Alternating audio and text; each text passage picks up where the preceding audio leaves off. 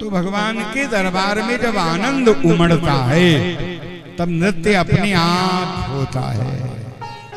अश्रुपात, नृत्य और आनंद। इसलिए भगवान का पूरा नाम जानते हैं क्या है? सच्चिदानंद। सत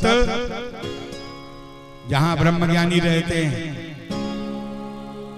चित्त प्रकाश स्वरूप भगवान का स्वरूप जहां रहता है भगवान का, और आनंद। ये ब्रह्मज्ञानी दो जगह नहीं पहुंच पाते।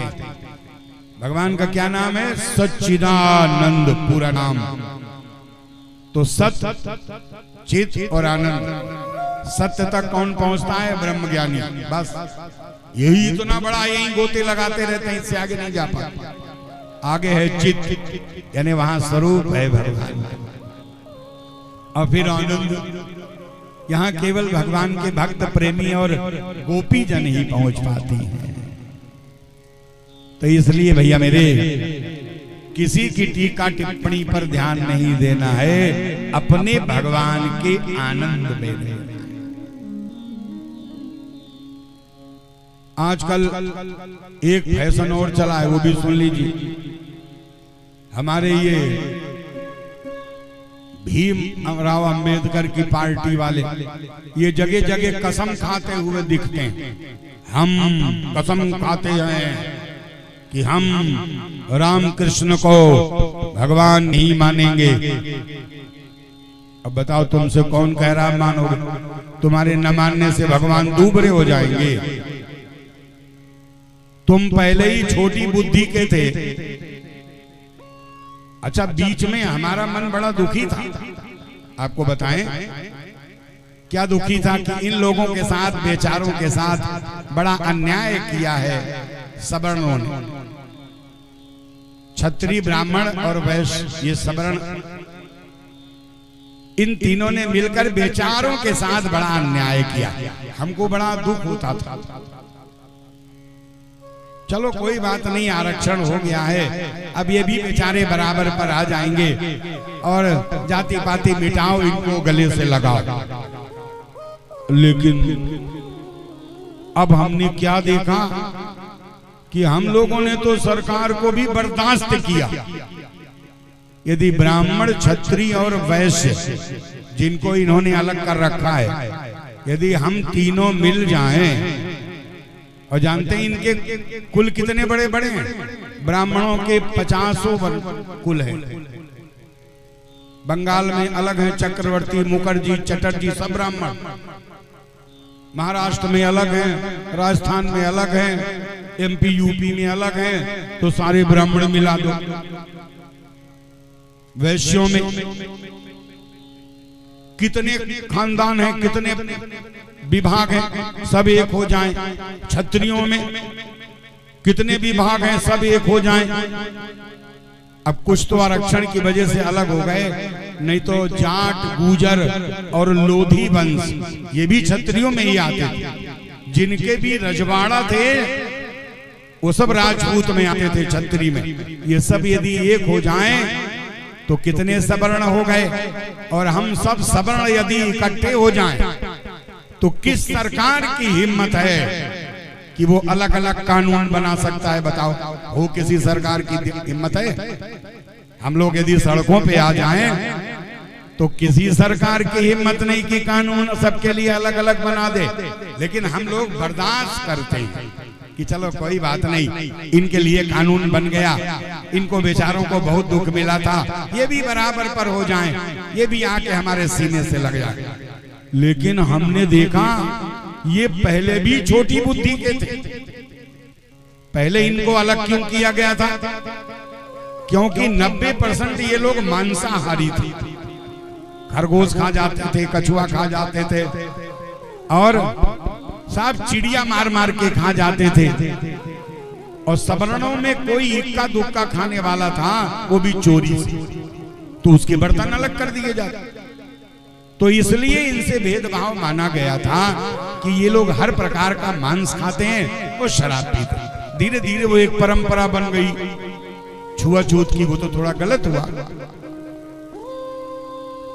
आज देखो, आज जब इनको बराबरी का दर्जा दिया जा रहा है, इनके आरक्षण को बर्दाश्त किया जा रहा है कि चलो कोई बात नहीं, अपने ही तो हैं, ये आरक्षण बर्दाश्त कर लो।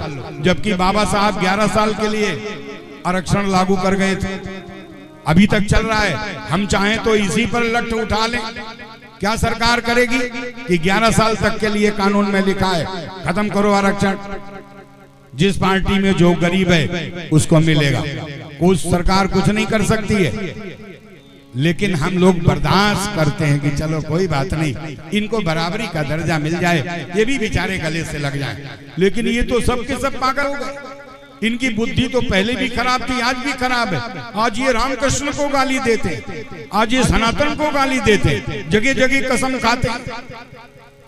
अब इनको ये नहीं पता है कि हम यदि तीनों इकट्ठे हो गए और हमने कसम खानी चालू कर दी कि यदि अंबेडकर केवल तुम्हारे ही हैं, जबकि कोई भी बाबा साहब से नफरत नहीं करता है। यदि नफरत करता तो ब्राह्मण ने अपनी बेटी दी थी विवाह के लिए, और क्षत्रियों ने पढ़ाया लिखाया था। यदि सवर्ण नफरत करते तो रैदास आज उनके भक्तमाल में नहीं होते, शबरी उनके भक्तमाल में नहीं होते। कभी भी सवर्ण ने किसी से नफरत नहीं किया, लेकिन जो भी गुण वाले थे, गलत आचरणों पे नफरत की गई। तो आज यदि सवर्ण, ये तीनों सवर्ण यदि एक हो जाएं और हम लोग जगह जगह कसम खाने लगे कि यदि अंबेडकर केवल तुम्हारे हैं तो हम उनके बनाए हुए कानून को नहीं मानते, क्या कर लोगे? हम तो रामराज के कानून को मानेंगे। क्या तुम कर लोगे और क्या तुम्हारी सरकार कर लेगी? बोलो। लेकिन इसीलिए बेटा, कहीं तक यदि आवाज जाए तो ध्यान रखना कि थोड़ा सीमा में रहो, और ना तो सनातन को गाली दो और ना रामकृष्ण को। इसी में तुम्हारी भलाई है। तुमको सीने से लगाने की बात हो रही है, इसका मतलब ये नहीं है कि तुम कानून की आड़ लेके एकदम बावरे हो जाओगे। तुम्हारा कानून भी जला के राख कर देंगे, और तुम यदि सामने आए तो तुम्हारा भी हर्ष अच्छा नहीं होगा। हम लोग भी कसम खाना जगह जगह चालू कर देंगे। जो रामकृष्ण को गाली देगा और जो सनातन को गाली देगा, ये बात हमेशा याद रखना, हम लोग आज भी तुमको अपना मानते हैं। जो लोग हमारी गौ माता को काट के खाते हैं, तुम उनका साथ देते हो, फिर भी हम कुछ नहीं कहते, चलो कोई बात नहीं। और तुम अति पे अति किए चले जा रहे हो। बेटा मेरे, अति मत करो। ये सनातन है, यहाँ कोई ना कोई महापुरुष आता है। जैसे अभी 2 महापुरुष आए, और इनसे ज्यादा महापुरुष तो हम मानते हैं इजराइल वाले प्रधानमंत्री नेतन्याहू को और चीन के राष्ट्रपति को। उन्होंने तो अपने देशों से राक्षसों का सफाई ही कर दिया। हे भगवान, ऐसे ही हमारे देश में हो जाए। पूरा सफाया कर दिया चीन ने। चीन में एक भी राक्षस नहीं रह गए। राक्षस किसको कहते हैं? जो किसी और को रहने ही न दे अपने अलावा।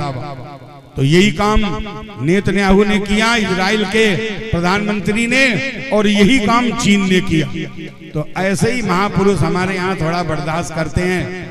तो इसका मतलब ये, ऐसी कोई हरकत मत करो कि हम तीनों भी फिर एक्शन लेने पे मजबूर हो जाएं। और सरकार हमारा इसलिए कुछ नहीं कर सकती है कि सरकार हमारे लिए बनी। हमने अंगूठा लगा के सरकार बनाया, और जिसको हम बनाते हैं ना, वो हमारा बेटा है, बाप नहीं है। ये ध्यान रखना। सरकार हमारी औलाद है, बाप नहीं है हमारी। हम उसको बनाते हैं एक अंगूठा लगा के। तो ये भी ध्यान रखना कि सरकार जनता से बड़ी कोई सरकार नहीं होती। तो ये सब बातें आपको ध्यान रखनी पड़ेगी जहां तक भी आवाज जा रही हो।